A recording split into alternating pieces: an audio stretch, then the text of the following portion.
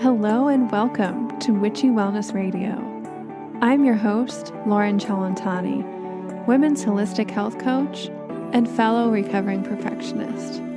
This podcast was created to show you that your body is not in the way, it is actually leading your way.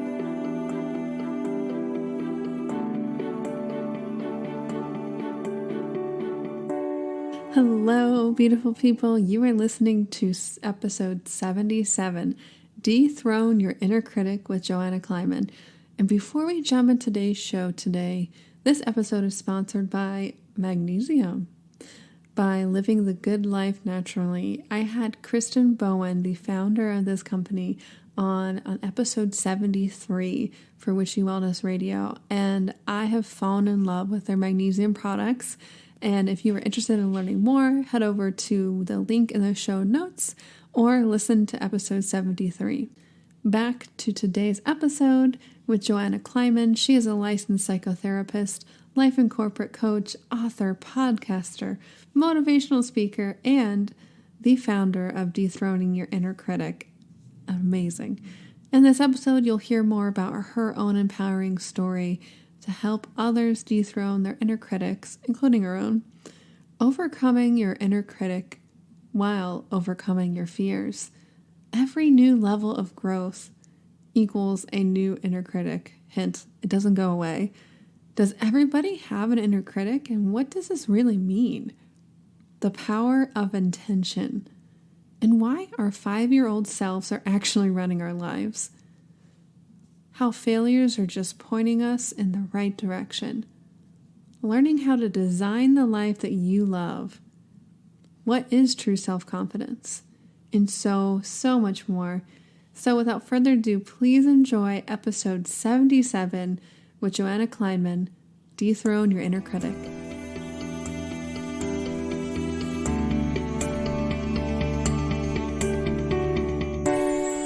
Hello, everybody, and welcome back to Witchy Wellness Radio, the show you get to learn that your body is not in your way, but actually leading your way.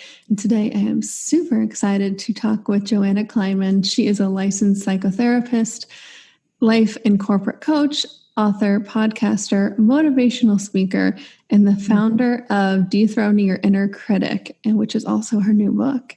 She considers herself to be an unconventional therapist and is driven by the conviction that the most powerful life you can live is when you know the difference between you and your inner critic.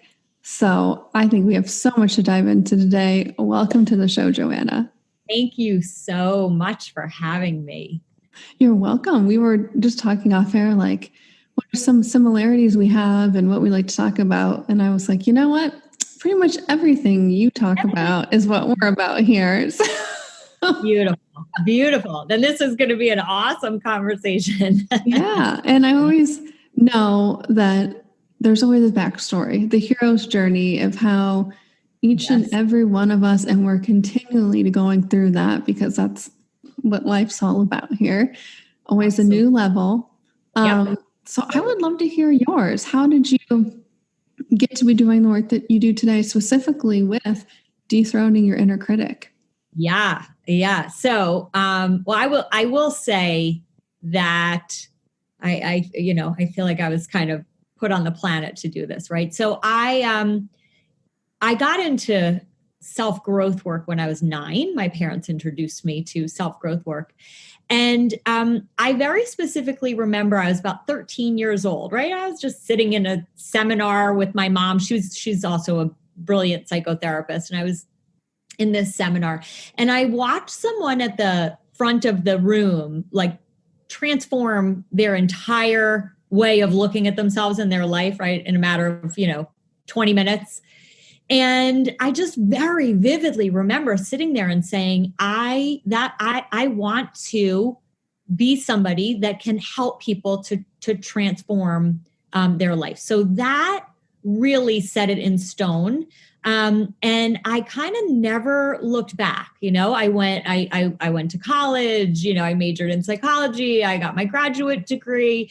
But I will say that when I was 19, I was doing a self-growth program, and it was a 6-day program. We were in the mountains, and I was doing a ropes course, right? I mean, that wasn't very popular back then. It was like 1989, but right. I was standing on the edge of a cliff on a dinner plate, right? I had all the gear, the protective gear, but I was standing there and I had to step off this dinner plate, and I couldn't. I was like paralyzed with fear, and I was shaking and I was crying, and all of a sudden it was almost like I heard this voice, right? I mean, maybe it was me. I don't know what it was, but basically, can I curse on your show? Yeah. Okay. I mean, the voice was, who gives a shit if you're scared? Right? Who gives a shit? Like, okay, you're scared. Like, you got to jump off. And that, I think, was the kernel of dethroning your inner critic, right? That became the work of dethroning your inner critic, because it really led me down this path for myself first about how do you go on to take actions in your life that are in alignment with the life that you really want to be living, even if it makes you scared and it makes you uncomfortable.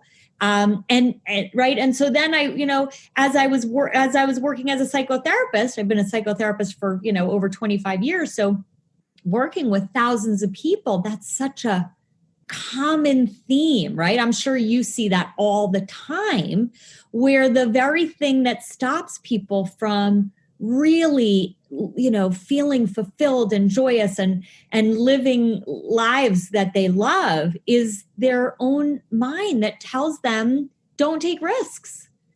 So that's how this was born, essentially. That's so beautiful. I mean, I've found, when we're going through growth like that, whether it's in our day-to-day life or we are on the edge of a cliff, in your case, yes. I have done similar things where it was on a retreat and yes. I climbed down a 35-story building. Oh, wow. And that's not something that I would do normally. I don't like roller coasters. And there is this power. I could hear my inner critic come in before I could feel it. Yeah. And that was a huge difference for me, because I'd psych myself up. I knew I was going to do this. We get to the top of the building and we're looking out and I'm like, so I had to gather myself and, calm down, center it, ground into my heart. And I'm out on the ledge, I'm harnessed in, and the nice company that all the people who are working there, where they do all these like extreme, rope course type events. They're beautiful souls. They were like coaching everybody through this. And he said, now I need to weigh you into the system. So you need to put your arms out and lean back. And I said, you have to be fucking kidding me. Yes, of course. So I stood there and I could hear these thoughts like, Lauren, you got this far. You've never been this far before. You would have never have done this. You don't have to go down the wall.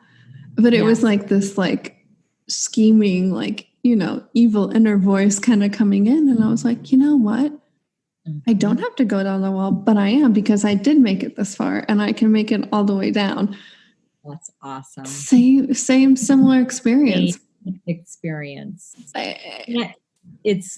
I'll tell you though, and I don't know how old you were when you did that, right? But I was 19 and I'm going to be 50 in a month, less than a month actually. And with every new level, right, as we keep up leveling our life, right, we still face it, right? It never goes away, and that's the thing that a lot of people don't understand, is that living this life where we get to live out our dreams, we just got to get used to being uncomfortable over and over and over again. Right? Yeah. Yep. Getting used to the uncomfortable, getting used to the unknown. Yes. because I know that inner critic just loves to plan A, B, and C. If you do A, then this will happen. And when that doesn't happen, then it's not very happy. So Yes. I would love to hear, you and I know what we're talking about. And I know it's not easy, but for me, meditation really helps, journaling, therapy, so many different things that you can do to become more present with your inner critic. So Yes. I would love to hear from you, how does one start to dethrone that inner critic? And when do we all need to do this? Or is this just a select few? A good question. So short answer is every single human on the planet has an inner critic. Okay. Now, I define the inner critic a little differently. The way that I view the inner critic is it is the automatic voice in your mind that really speaks to you all day long from the moment you get up to the moment you go to bed. And we have about 50,000 thoughts a day, which is really astounding when you think about it. So that's a lot of thoughts, right?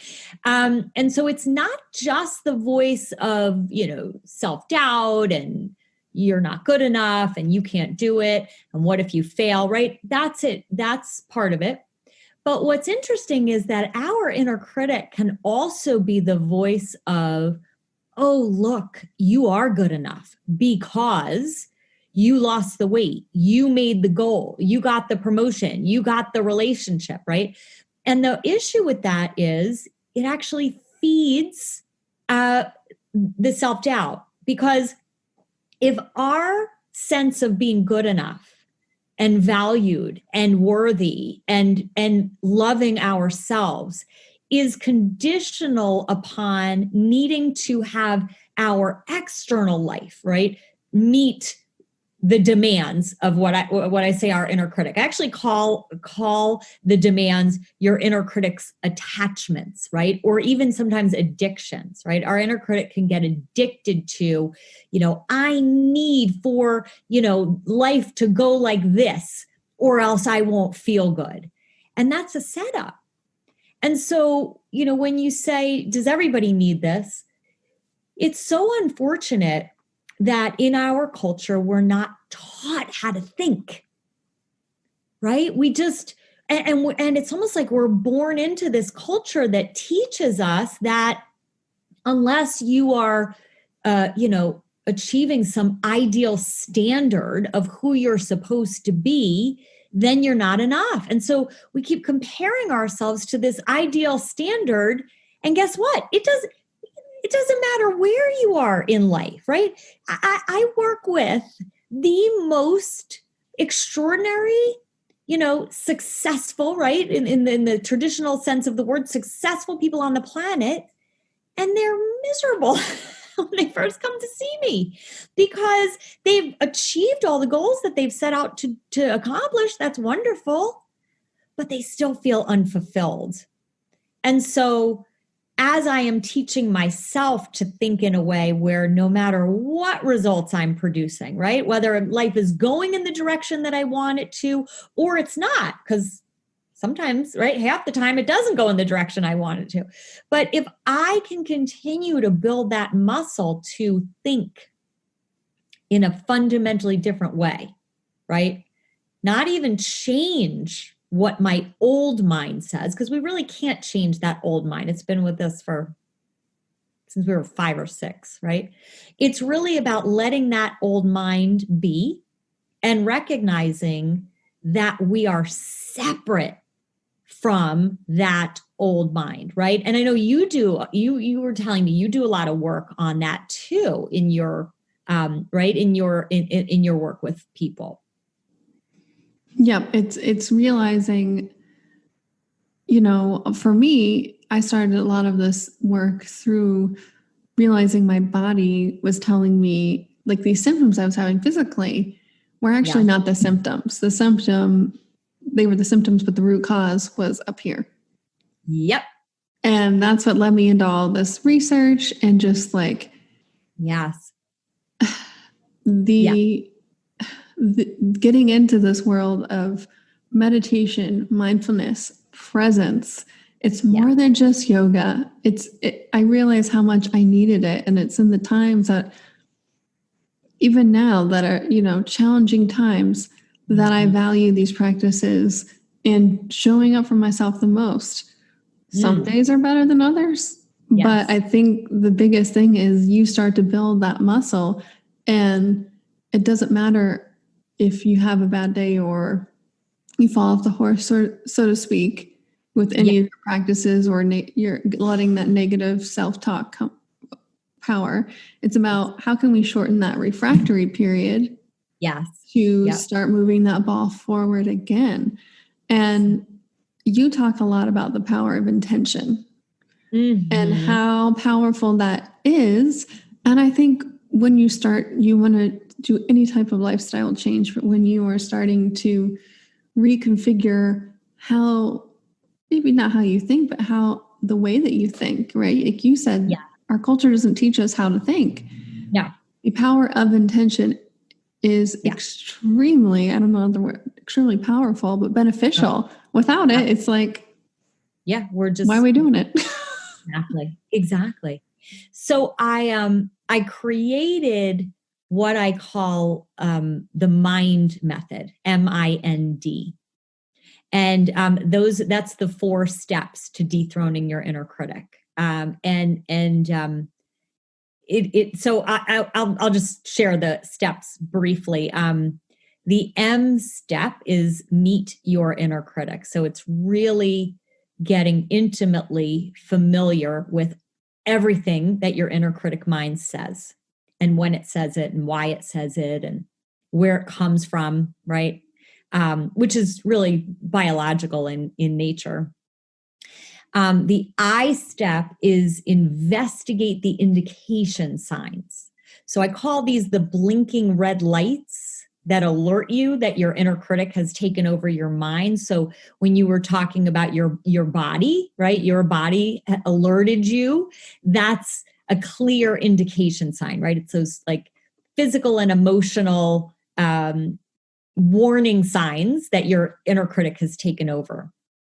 And the N step is neutralize the never-ending message, because here's the thing that most people don't really know is that anytime you are in the throes of suffering, right? Emotionally suffering or being triggered, essentially what's going on is your mind is fundamentally giving you the same message that it's been giving you since you've been like 5. So you had a 5-year-old version of that never-ending message. You had a 15-year-old version of it. You had a 25-year-old version of it. You have your now version of it. And basically, it goes back to the same thing. So the circumstance could be the circumstance, but what it's triggering in you is that familiar feeling of, I'm not enough. And when you really understand those first 3 steps, the M, the I, and the N, and you really understand, wait a minute, this is just my inner critic. This isn't me. That's where what you're saying, the power of intention, really becomes powerful, because now, and that's the D step. The D step is design your life. And so it's living into this future that we are creating, and right? Because which only comes from action, right? So anytime we're producing results in our lives, it's always from action. But we want to stop listening to that old mind that thwarts our action, right? That keeps us stuck. So it's, again, allowing all of that to be what it is, but you're no longer fused with that old mind, right? So that old mind is the mind of memory. And then what you're calling right, that intention, that is the new mind that comes from inspiration. And that's a very different mind. And I don't know about you, Lauren, but for me, the only way that I have been able to create the life that I'm living right now, right, in any area of my life, right, is by continually unhooking from that old mind and setting an intention for the life that I want to design, and then taking action from that mind as opposed to the triggered mind. Yes, yes, yeah, like 1,000%. And a quote I love, and I have to remind myself every day, is you don't see the world how it is, you see the world how you are. Yeah. And yeah. It's so important to make sure you are aligned with that. As people say, heart-centered is another word for what you just described, your intuition in a way. Yes. Because it does speak to you, and physical symptoms sometimes, or thoughts pop into your head, and you have to go with it. And things may unfold not the way you planned them to, but they unfold perfectly as they need to. And I'm reminded of that in every area of my life. Oh my gosh. As I've been building, this life, I mean, it is astounding how many times I've failed. It is astounding how many different projects didn't go in the direction that I wanted them to, or, business relationships that didn't turn out to be what I thought that they were, right? But every single one of those times, I look back, I mean, they were instrumental in having me create what I'm creating today, right? And so many people, it's so unfortunate when people think that just because things are going wrong, that means they're on the wrong path, and they give up, right? I'm always reminded of you might be too young for this movie. Do you know the movie Field of Dreams with Kevin Costner? Oh yes, build it and they will come. You look too young to know that movie. Thank you. But that, right? That's like a theme of my life. Like, if you build it, they will come, and you just need to keep building it and building it and building it and building it, and just don't stop, and just keep taking action, and they will come. Yeah. Yep. You just have to, for me, it's, there's a law of attraction, I guess the past like 15 years-ish, maybe longer. I can't remember when The Secret came out. Right. That was really big when that came out. But you have to align with that person that you want to be, and just be that person regardless of the external circumstances.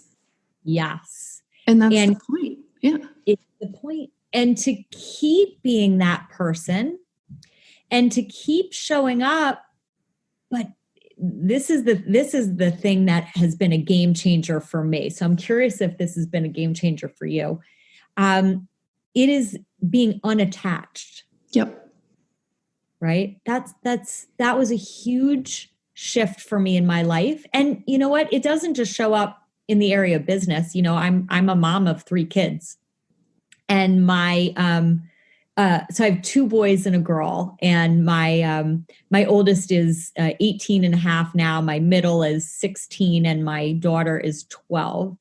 And particularly as my boys were becoming teenagers, right? I had a lot of attachments about how I wanted them to, think of me and see me as a mom. And I wanted them to, just think I was like the greatest thing since sliced bread. And I'm an only child, so I didn't come from like knowing that teenage boys do not think their moms are the greatest thing since sliced bread, right?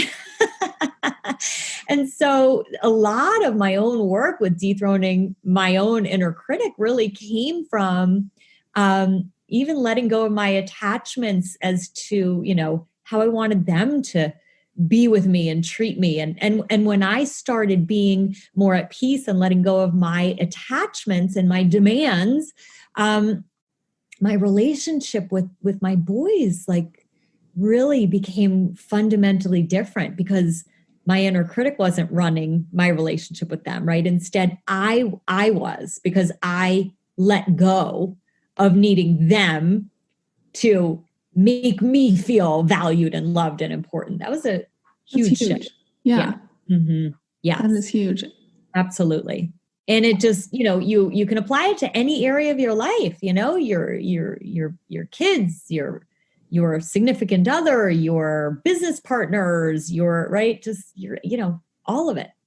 Or dogs. We are finding out right now that animals are the exact same way. Yeah. And it's so fun playing with this because at an emotional and for me, this energetic level, animals just keep reading you, right? Oh, yeah. And it's like, if I'm not being this leader in my own life, my dog's going to act out and she's going to walk all over me, which is kind of funny. But That's funny. when I change my energy and I am this leader of the pack and non-attachment to how she reacts, that's what changes it.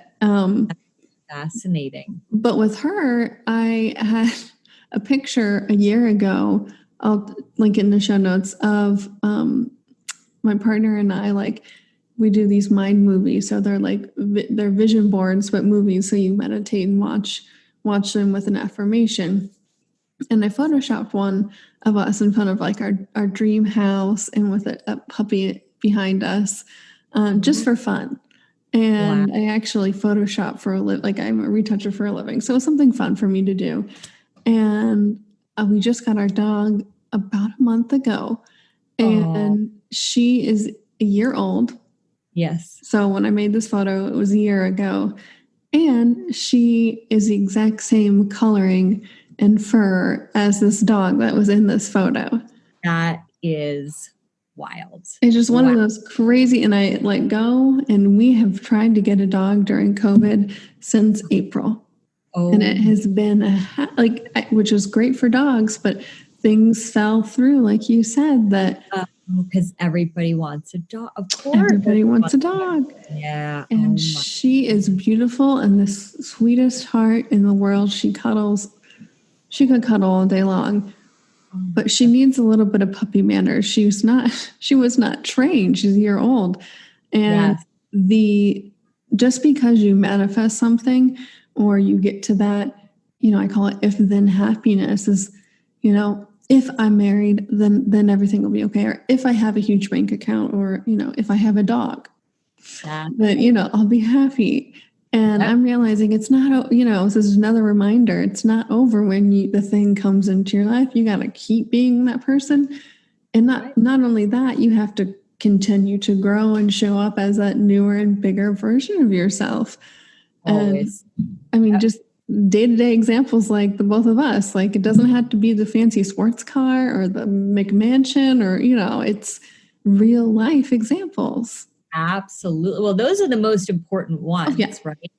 I believe that really the quality of our lives boils down to our relationship with ourselves and then our relationships with the people that we love. I mean, that's right. If you know how to think in a way where you love and value yourself, right? And then you cultivate profound, deep connections with other people, you've won the lottery of life, right? Everything else is just gravy, really. Oh yeah, that's my partner and I always say, like, we've already won the lottery. By finding each other, and tapping into that feeling every day, feeling grateful for actually some things, but for nothing. Yes. That's another game changer too for me, because that's the state of receivership, is feeling grateful. You've already received what you wanted. Right. Like grateful for who you already are and the life you're already living. Oh my God, there's nothing, when you tap into that, there is nothing that feels better. I totally agree. Yep. And it's hard for me. Like we get up between like 4:30 and 5:30 every morning. And then my partner, he's up ready to go. And I still have to work every single day. He'll lay there and he'll just roll over and be like, I'm so grateful. Da, da, da, da, da.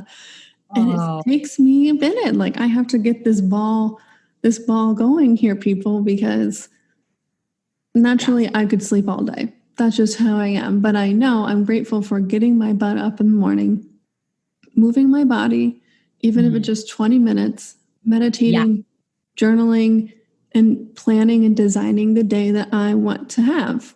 Like, it doesn't go normally the way that I think it's going to go, But when I do those things, I'm better prepared to handle whatever comes my way. Yes. Yeah. And day to day, but also, that adds up over time. And I would love to hear what you have to say about how to design that life that you love. Yes. Well, first of all, I think you just hit the nail on the head when you talked about gratitude, right? So, designing life, right, is really about already having the experience right now that we love the life that we're currently living and we love who we already are. And that is really something that comes with deliberate, conscious intention, right? Because listen, I've been practicing this work, the work of dethroning your inner critic. I really can say that I've been practicing it on some level for the last 20 something years. Okay. And I can assure you that I do not wake up into gratitude ever. Right? I wake up into right? Yeah. Yeah. It's like, I wake up into my old mind. Right. And so it's really not about designing a new life is not about we've got it handled and we're just always, walking around feeling great. Right. It's recognizing that what makes us, have that sort of inner struggle or inner discontent is usually that we've got thoughts that we don't even know that we're having. Right. And the thought leads, it's the same old thought that leads to the same old emotion that then leads to the same old behavior that then leads to more of the same emotion, leads to more of the same thoughts. And, pretty soon we're in a spiral. And, in the work that I do with people, right, I have people really get quiet and still. I have them do a lot of brain dumps, right? Because it's like they don't even know that an hour ago they saw something on TV or they saw something on Facebook or they saw something at the grocery store that triggered them. They don't even know. They're just like, I'm just in one of those moods. I just don't know why, right? And we don't recognize that it's really that we had this unconscious thought that was rooted in that memory mind. So designing your new life is about really starting to pay attention to that and then to step into what I call that newly rewired mind, which is where you are practicing things like intentional gratitude and appreciation for the accomplishments that you already have in your life, right? What you've already created, almost like looking at who you already are and the life that you've already designed for yourself and allowing your mind to be a little blown by what you've already done. So that now, right, you've got goals you're working on, you've got things you want to accomplish, but it's not from the place of, like you said before, I need that in order to feel good. It's, I already feel good now. And so I can take actions that are in alignment with, my goals. And the truth is, if I never get there, I'm already living such a magical life. It doesn't even matter, right? And action always forwards something, right? So it's almost like we get to go on this journey moving forward, and we just get to experience moment by moment using our minds to create the experience of joy and gratitude and abundance and love and fulfillment. I mean, it's amazing when you know how to use your mind that way. Oh, for sure. And I think for me, it was really during my college graduation that I realized that I created a life that I did not like. That my entire life until that point was about getting into a good school, getting into college, graduating, getting a job. And that was your entire life's purpose. Yes, which we're taught, right? Like we're not just from our parents, but it's like our parents are taught that from our culture. It's not even their fault, right? We're like, living in this culture that perpetuates that. Yeah. And the big thing, like you just mentioned, is nobody's fault, but it's your responsibility to own your happiness, to own your own mind. And I knew, I was just like, there's got to be something better out there. I can't be the only one who's having I wasn't even quarter life crisis aging. I was 22 years old starting to do this.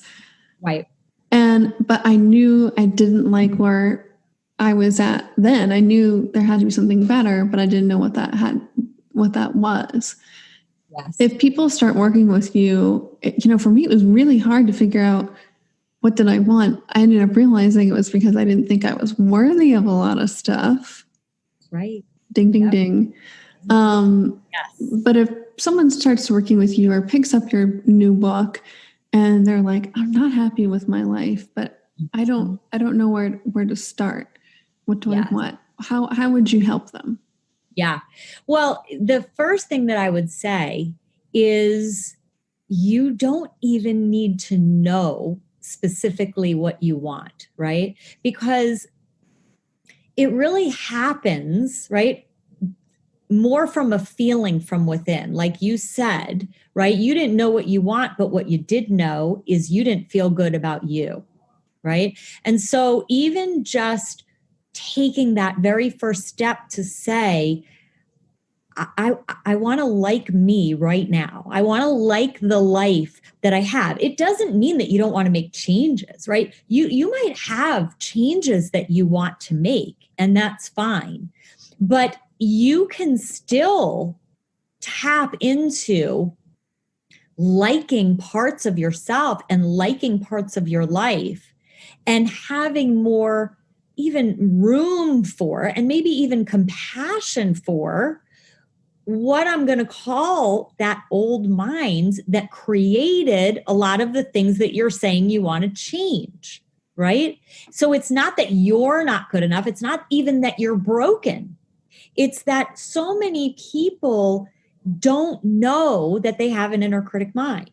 So they're so fused with that automatic mind that they don't even access the part of ourselves that sort of lurks below that, right? That I call that the authentic self. There's a lot of people that call it different things, but it's like once you start just separating yourself, right? Unhooking yourself from that old mind, there's this authentic self that starts to emerge. And that's when you begin to just even start to see, oh, maybe I'll take a pottery class, right? And then the pottery class leads to something else. Oh, I like art, right? And then all of a sudden, 5 years down the road, you find yourself in art school, right? You don't need to know 5 years down the road. You don't even need to know a year down the road. All you need to know is, what is the very next step? What's the very next action for me to take? It doesn't even have to be the right action, right? Because we don't know what the right action is. It's just, what does my inner self, my authentic self, what does it want for me next? And that's it. We just got to that's how life starts to unfold. We take the next action and then we see where life goes. And then we take the next action and the next action and the next action. And before you know it, you look back and you're like, oh my God, right? Who would have thought that this would be my career? Who would have thought this would be my relationship? Who would have thought that this would be my body, right? So many people get hung up on, I have to know where I'm going.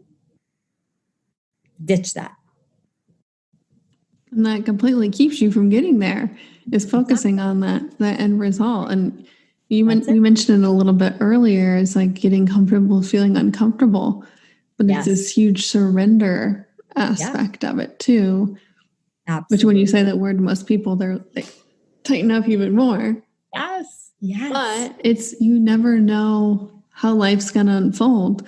I met my partner through doing yoga, and he was mutual friends, but he was my yoga teacher. And I was always like, oh no, sacred space.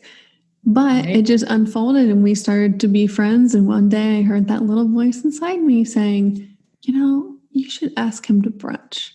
And who knew, over 2 years later, we are here we are, know? And that's how it goes. You listened, I love what you're saying, because that's that, right? That's that sort of intuitive inner knowing, right? That's the part of ourselves when we can tap into that. It's almost like we're being guided by something else, right? It's like the voice comes and says, just take that next step. And right. Sometimes we even go, really? Like, right? I don't want to do that's uncomfortable, but we do it anyway. Yeah. And then that propels our life in a different direction. I love that. That's great. And and that's what you're talking about, is dethroning that inner critic. It's really being able to decipher what type of thought is this, or what part of my mind is this coming from. That's right. That's exactly right. And, our inner critic mind is always formed when we're very young. And the reason why not a single human escapes this voice is because every one of us, right? We don't, even if we come from, no trauma or anything like that, right? We all have this moment in time where something doesn't feel right, right? Something happens in our early life. We feel in some way not good enough. We feel rejected. We feel like we failed, right? And it starts early. It's that first moment, right? And to a little child, that first moment feels incredibly uncomfortable because we don't have the maturity to understand that it's normal. So a little child will decide, this is incredibly painful and incredibly uncomfortable, and I never want to feel this again. And so a little child will immediately, and this is all subconscious, but a little child will try and figure out, okay, who do I need to be, and what do I need to do, and what do I need to control to make sure that I never feel this pain again. So they become the people pleaser, or they become the smart one, or they become the funny one, or they become, so we step into these roles so early on, and then we keep trying to chase those roles as the thing that's going to make us feel good. And the more we chase those roles, the worse we feel. And it's all of us. It's every single one of us, right? And nobody talks about this. Nobody talks about, right, how we all struggle with self-doubt, and we all struggle with lack of confidence, and we all have fear, right? Especially men. Men aren't even, it's like in our culture, men aren't allowed to feel fear, right? Like so everything gets channeled as anger, right? Sometimes with women too, but more with men. It's so I'm looking forward to the day where this is taught early on, right? Where children are taught how to think in a way that makes them feel good right now. 100%. And for me, thank you for saying that it's every single person. For me, even knowing about this work, a very lovely childhood, I didn't give myself permission to know that, we all have our own little, misbeliefs, or that wounded inner child. Yes. That, I wasn't, I should just be okay. And that was part of it.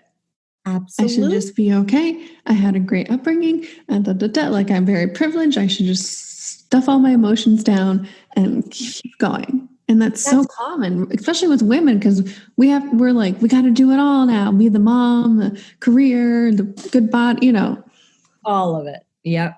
It's exhausting. Yeah. It's really, and it's not just exhausting. It's not possible. And right. And yet, as women, particularly this, and studies show this, okay, that a woman's inner critic is worse than a man's. Okay.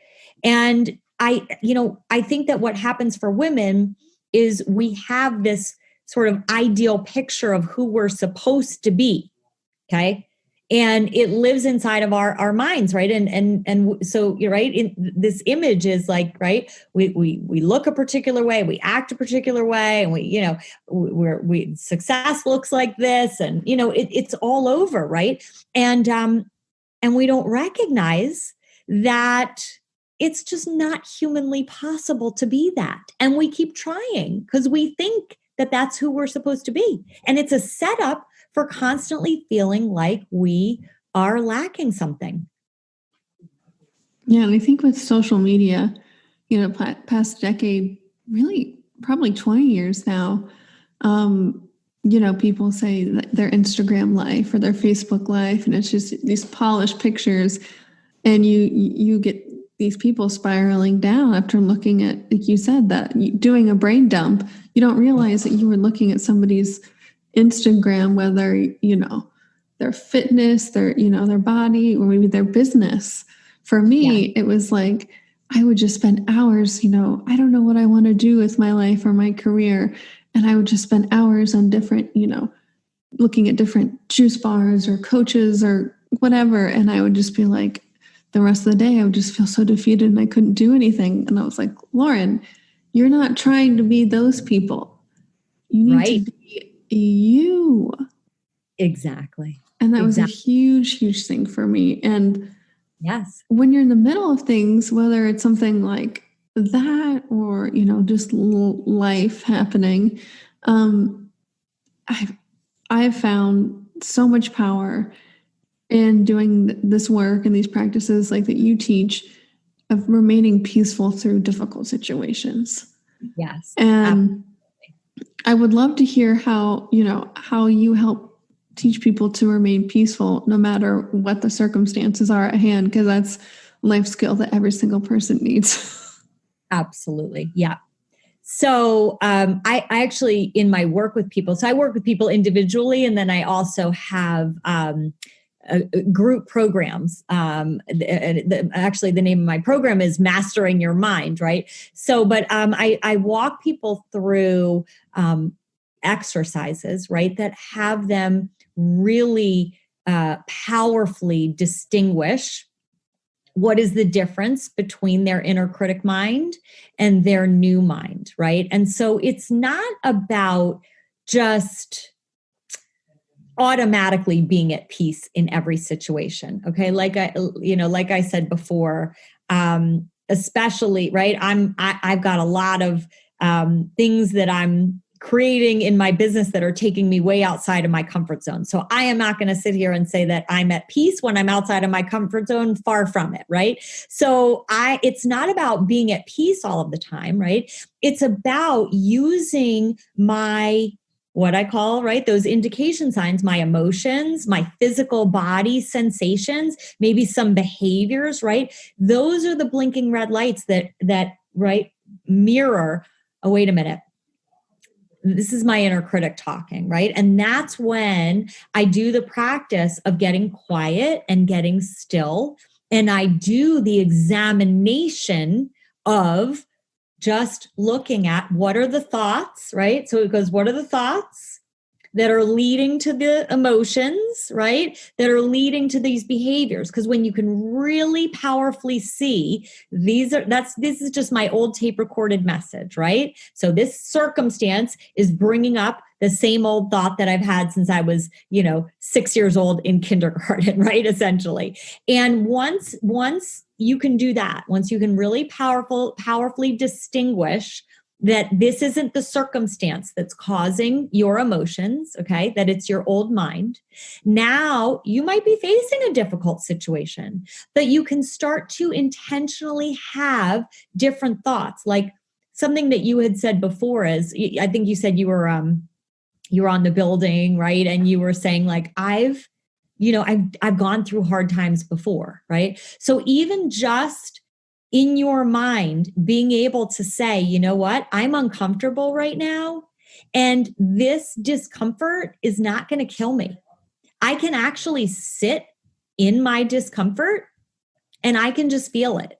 I don't have to numb it or discharge it or dump it or try and figure out how to make it go away.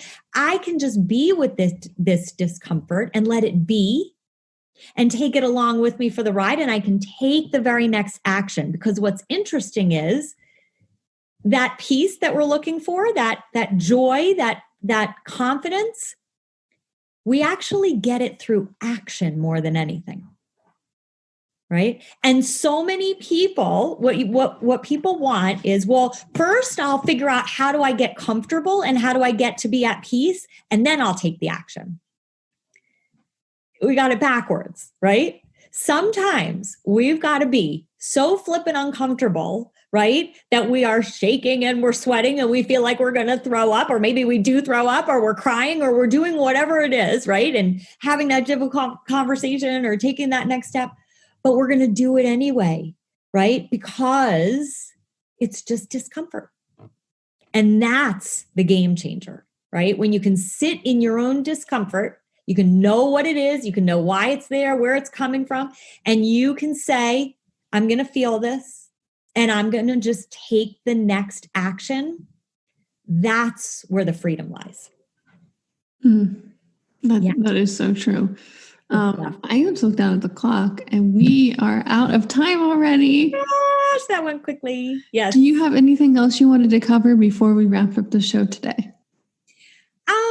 Well, first of all, I just want to say that I just love the work that you're doing in the world. I love meeting people that are, just helping get the word out, right? To teach people how to think in a way that that brings joy. So thank you so much for your work in the world. And I feel like the more that we can, create this ripple effect of more and more people knowing how to intentionally think, I think we can change the planet. So I think that's a really cool thing. Yeah. Thank you. Oh, you're so welcome. But it was my pleasure to have you on the show today. I love I know you do too. Love talking about this. I love helping people with this. I love practicing it in my own life. When I started this show, the end of the season, I think that we'll be in episode 80. And that is unbelievable. 3 years ago in the upcoming March is when I started it. And I was uncomfortable. I had to pre-record. It was just me. I had to ask my friends to come on the show. It just don't even go listen to the first show, guys. It's not my critic talking. It's more do yourself a favor. This is much better listening. But it's putting yourself out there. Listen to that heart. It was such a healing experience for me.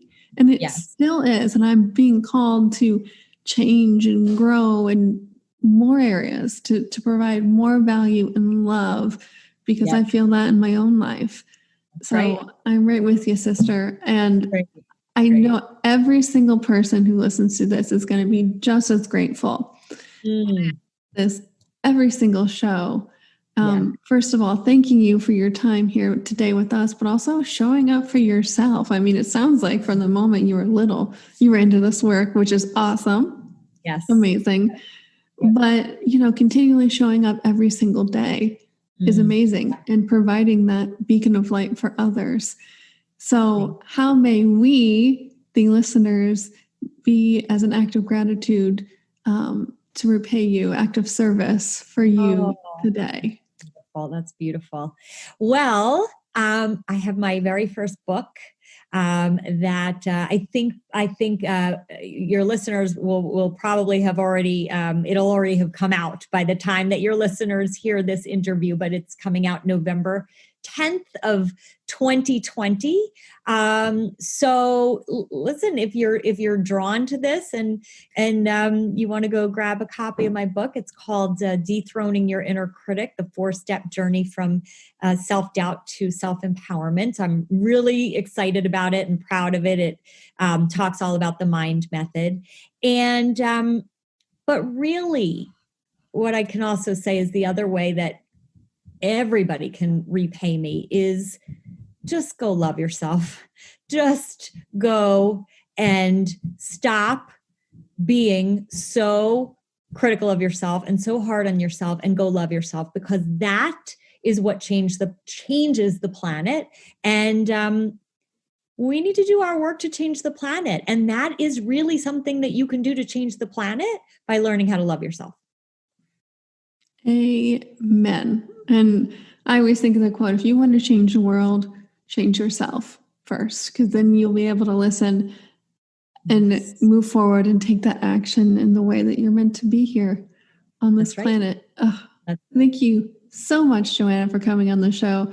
It was such a pleasure talking with you today. Thank you, Lauren. Thanks for having me. It was my pleasure as well. And remember, open up, surrender, trust, and let your body lead the way.